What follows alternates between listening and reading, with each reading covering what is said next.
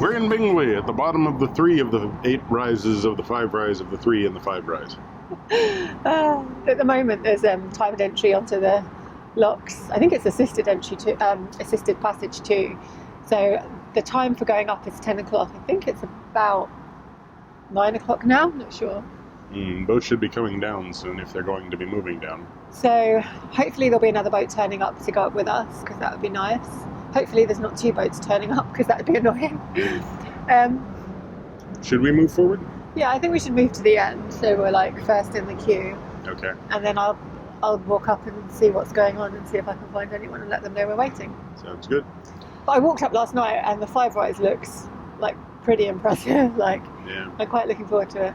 So we're not really sure how far we're going today, because if the boat turns up with some viewers that we met the other day, they are apparently going as far as Skipton, although we don't know if that's today or if that's just, you know, Generally. the next few days. Yeah.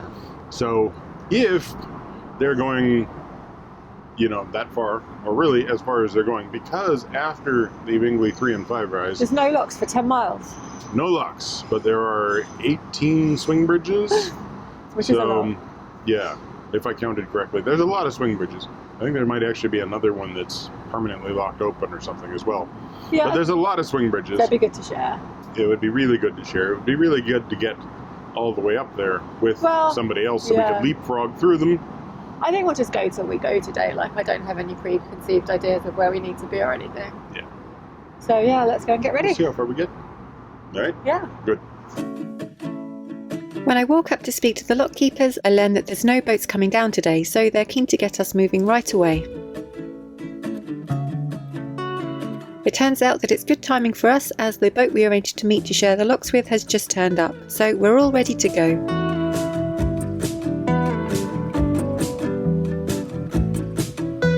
The boat we're travelling with, Otter's Treat, is slightly longer than us at 62 feet, so they head into the lock first. 62 feet is the maximum length of boat that can travel on the Leeds and Liverpool Canal.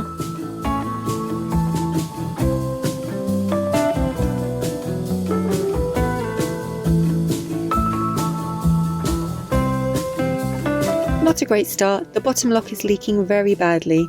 Thankfully, I'm in a position to see our bow, so I can see that the water is just about keeping out of our well deck, so long as Michael stays fully back in the lock.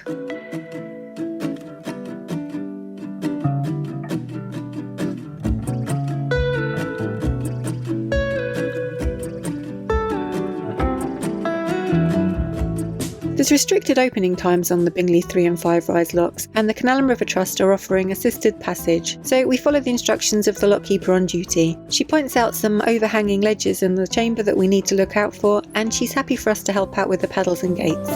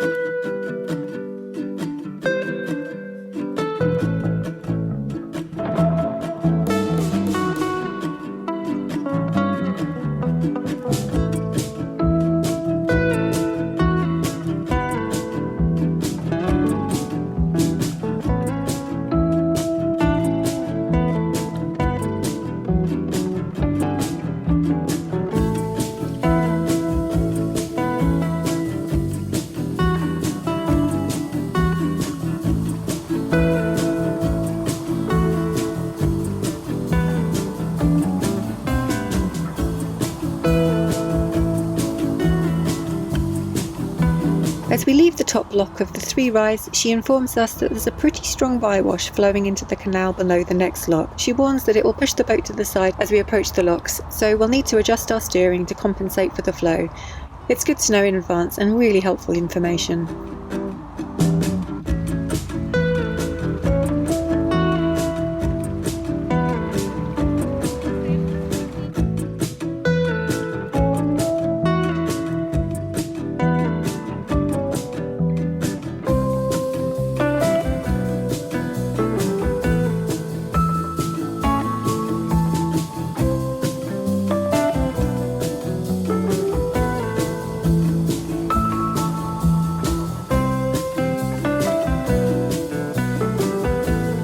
The other boat enters the lock first, and Michael can see from his position that the gates are leaking really badly. He uses the walkie-talkie to ask me to walk ahead to get above the lock so I can get a view of our bow as he enters the chamber. But I can't get there because the lock's been taped off. The lockkeeper calls Michael into the lock and shuts the gates behind him. When I finally get into position above the lock, I'm horrified by what I see.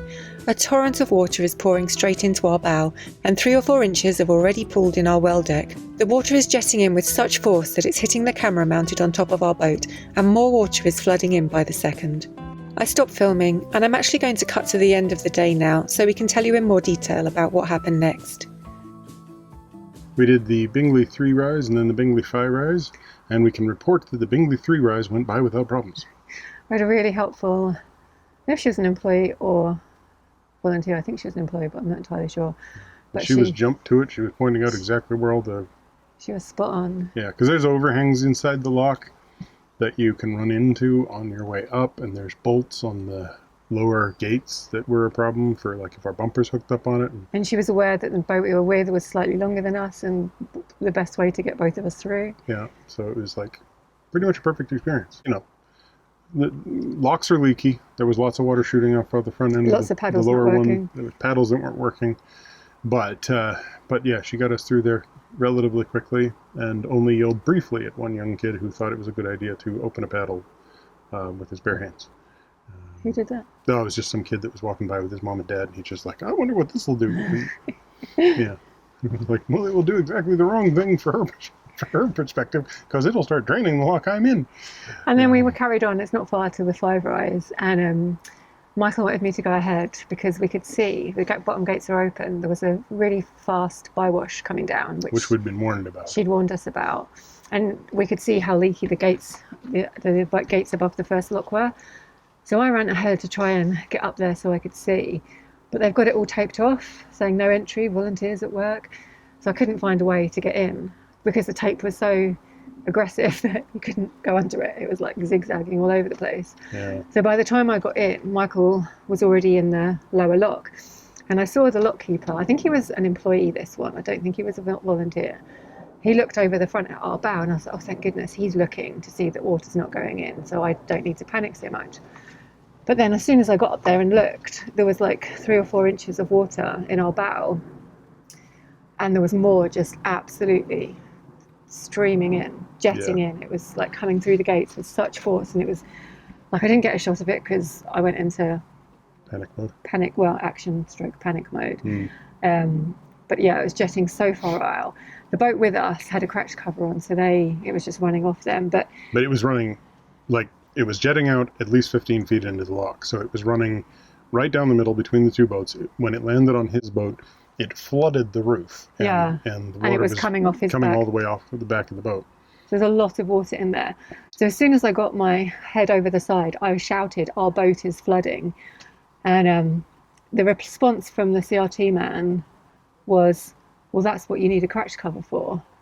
Which is, when you don't have a crash cover on the boat, and the guy has just looked down there and seen that there isn't a crash cover on the boat, that is the least helpful piece of information. And your boat is currently flooding. And his next reply was, that's what through holes are for. And I'm like, yes, but there's clearly more water going in the boat, in the bow, than is getting out of the through holes, because there is too much water. Yeah, it was like right to the front of the bow, which goes uphill.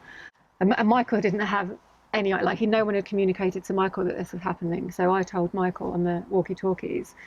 And then, but I still don't know that water isn't actually going into the boat, because a few inches above the point at which the sort of shelf begins, the door begins, there's 2 vents to actually allow air to recirculate out of the boat.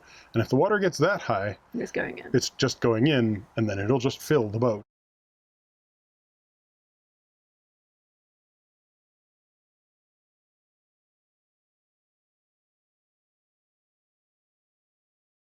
So he instructed his volunteers to open the paddles more, the ground paddles. And so eventually the boat got high enough that less water was going in and eventually no water. But this took a while, and it was really stressful and really uncomfortable and really unnecessary.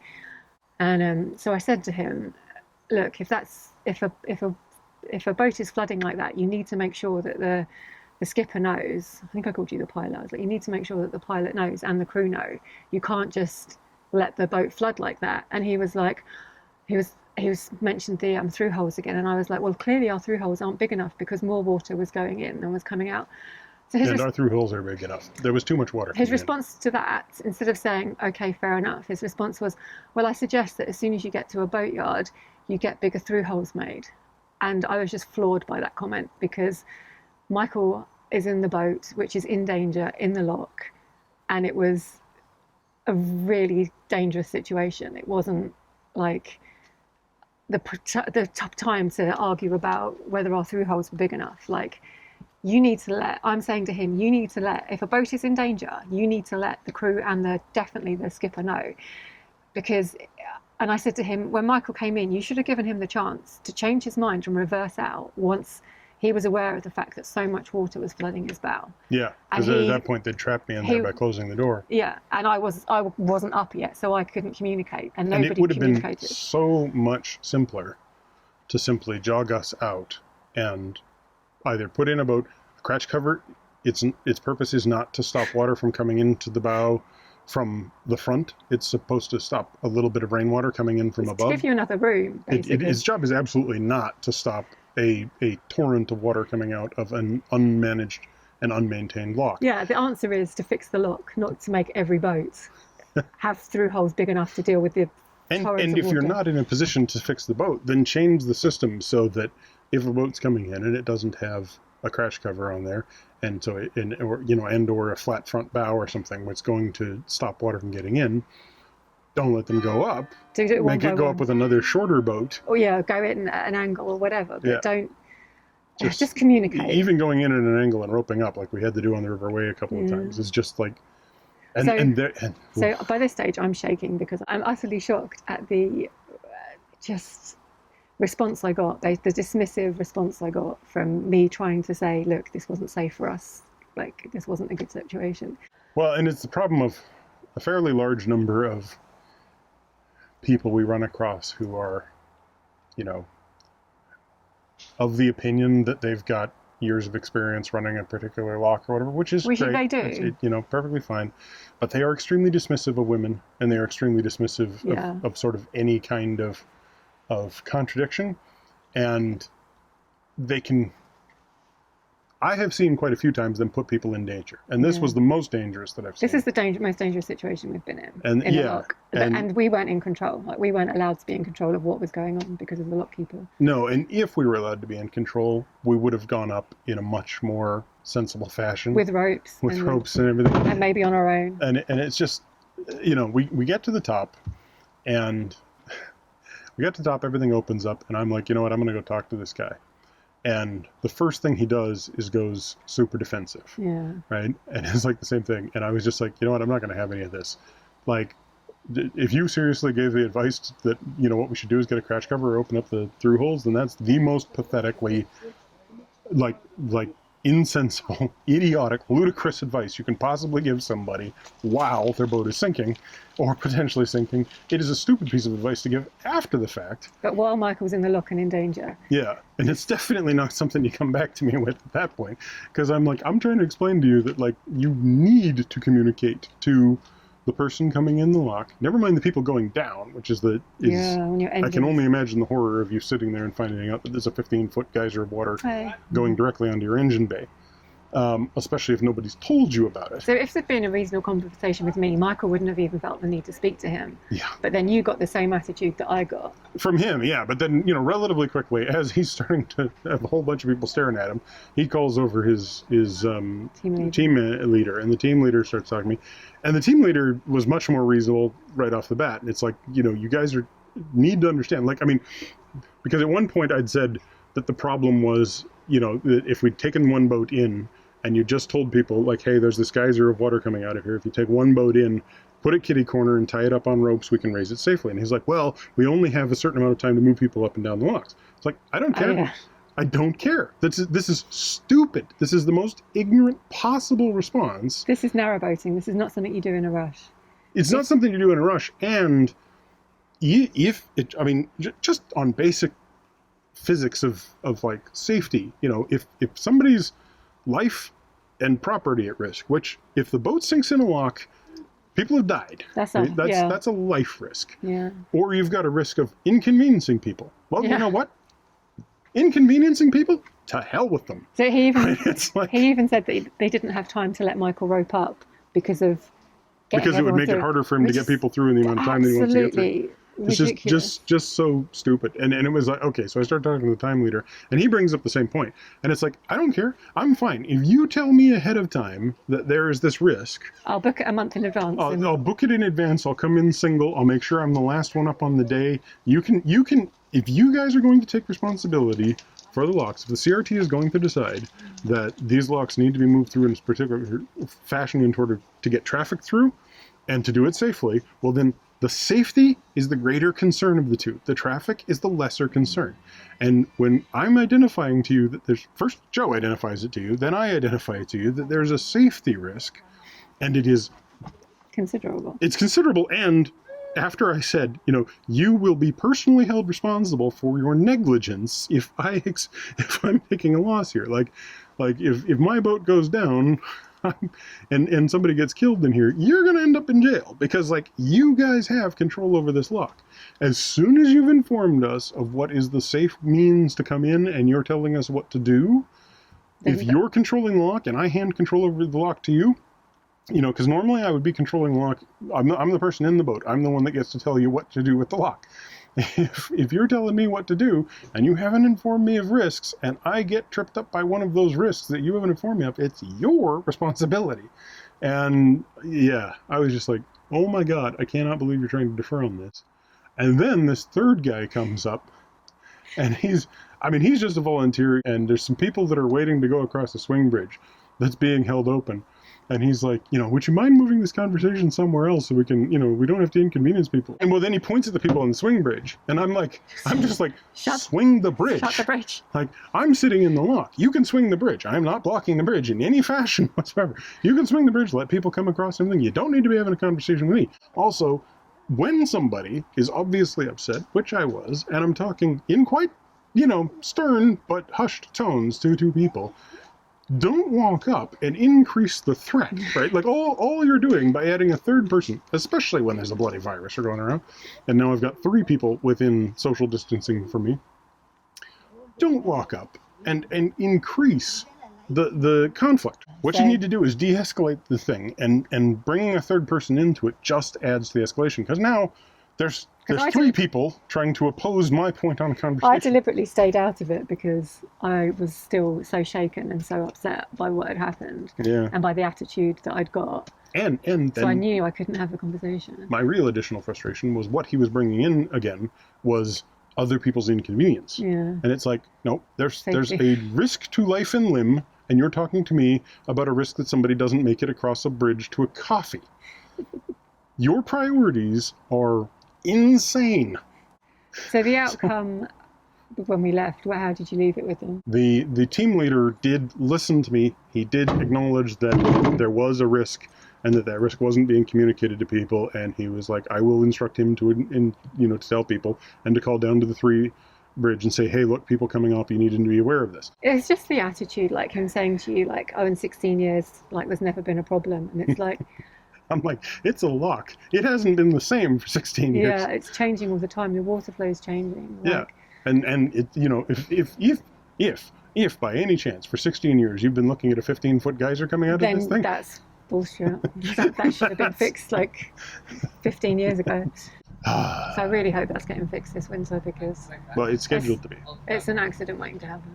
It's a death waiting to happen. That's the thing that kills me is. And it's not like we are newbies. We've never done the Bingley Fiver Rise before, but we have done 2/3 of the system. We know locks, and we've never ever had a situation where there's been 3 or 4 inches of water in our bow and we felt that unsafe. Yeah, and his attitude also was like, well, this is just the leads in Liverpool. Like, do you have any idea how many locks I've been to? I've been to lots of leaky locks.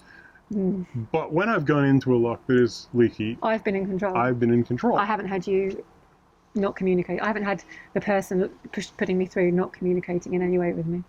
And pissing off my wife while I'm moving up the boat, which is not a good way to make me happy, by the way. That's just not a... So anyway. So sorry that was so moany, but we feel really strongly that that we felt so unsafe, and yeah, it was just Yeah, pretty much the because worst experience. if you've got the idea that that time of moving people up is more important than the safety of the people in the boat, then you've got it backwards, and you're going to kill somebody eventually, or at least harm them. So, yeah, stupid. We decided to email the Canal and River Trust so that they had a formal record of our experience, and because we wanted to make sure that all boats using these locks are made aware of the leaking gates before they take their boats through. Currently, this danger is not published on the notice advising of the opening hours, and as you know, it wasn't communicated to us by the lock keepers before we entered the locks. This is the reply we got. I'm sorry that your experience at Bingley Fiver Rise Locks did not meet the expected standards. Works to repair the leakage on the gates is scheduled in for winter. However, this has got considerably worse, and as a result we are looking to bring these works forward. The seasonal staff should have brought the water issues to the attention of Michael before he entered the lock. This has now been addressed by the team leader, and all lock keepers have been briefed to ensure that it doesn't happen again. The staff take pride in what they do, and we take health and safety extremely seriously. Lessons have been learnt from this incident and action taken. We believe that if water is managed correctly and boaters kept informed, the boats can be penned up the lock's safety. So that's great. Hopefully these dangers are now being communicated, and we'd actually love to hear from any boats that have travelled through the Bingley locks after us, and hear if you had a safer experience than us, because that's the most important thing. So sorry that vlog was a little bit different and a little bit serious, but we really didn't want to gloss over what happened. We'll release the rest of this vlog as a part 2.